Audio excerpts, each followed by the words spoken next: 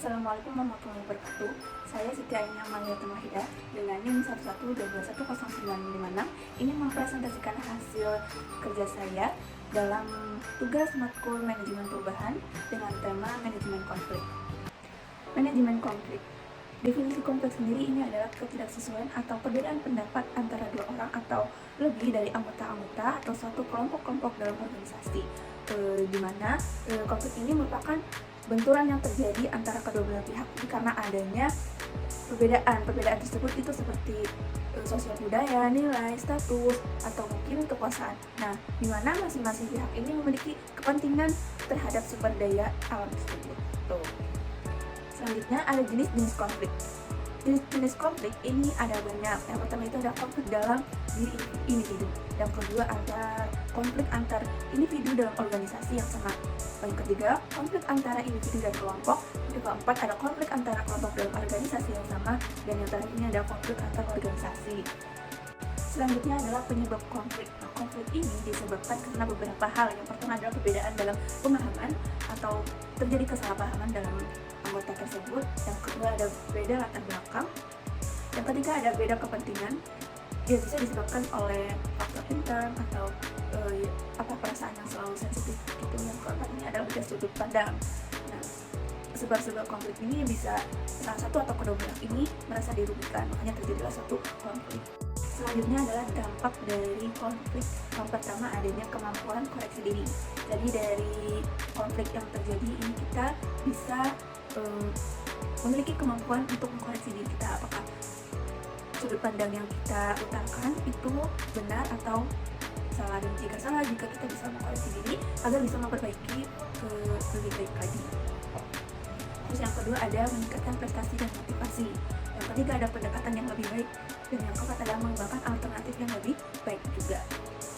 Selanjutnya adalah cara mengetahui konflik seawal mungkin. Yang pertama ada ciptakan komunikasi timbal balik. Yang kedua ada gunakan jasa informasi yang ada, dan yang terakhir adalah mintalah penjelasan kepada pihak ketiga.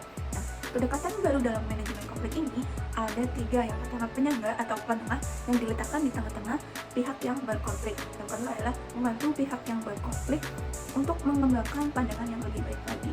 Dan yang ketiga adalah merancang kembali struktur organisasi agar konflik ini berkurang atau minim terjadinya konflik dalam suatu organisasi. Adanya konflik dalam organisasi ini merupakan sesuatu yang penting karena bermanfaat untuk mengetahui atau bisa mengadakan perubahan dan inovasi dalam menghasilkan suatu pemecahan persoalan yang lebih baik. Nah, konflik ini juga menunjukkan sebuah dinamika organisasi.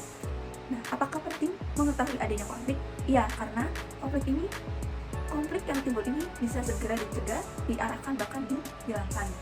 Begitu. Next adalah beberapa pertanyaan dalam menyelesaikan beberapa konflik dan upaya apa yang dilakukan dalam menyelesaikan konflik. Yang pertama, perlukah konflik dalam penyelesaian tugas kelompok? Nah, dalam hal ini itu diperlukan adanya konflik. Tujuannya apa? Tujuannya adalah untuk seseorang dapat dengan bebas mengemukakan pendapat, dan perbedaan itu nantinya merupakan hal yang wajar dalam kelompok. Tetapi jika dalam suatu tugas kelompok ini tidak ada konflik, berarti memang kelompok tersebut tidak perlu atau tidak memerlukan adanya sebuah konflik. Itu. Pertanyaan kedua ini, apa saja contoh konflik dalam kerja kelompok atau yang pernah saya alami? Ada contohnya di kasus ini, konflik ini sering terjadi dalam sebuah kelompok ya, terutama dalam pembagian tugas kelompok mahasiswa atau siswa pelajar gitu.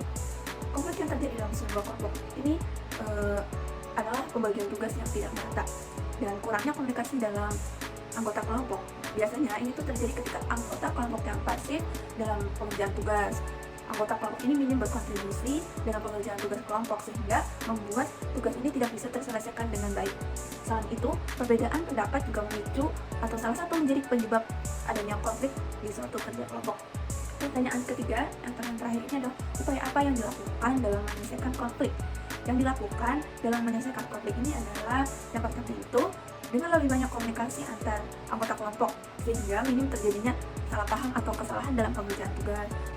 Yang kedua ini buat suatu struktur organisasi kecil dalam kelompok sehingga pembagian tugas ini ada yang mengatur dan tugas bisa dibagikan secara merata. ketiga ini buat deadline pengerjaan sehingga tugas bisa diselesaikan dengan baik dan tepat waktu dan bisa membuahkan hasil yang maksimal. Terima kasih, demikianlah presentasi dari saya mengenai manajemen konflik. Kurang lebihnya mohon maaf. Wassalamualaikum warahmatullahi wabarakatuh.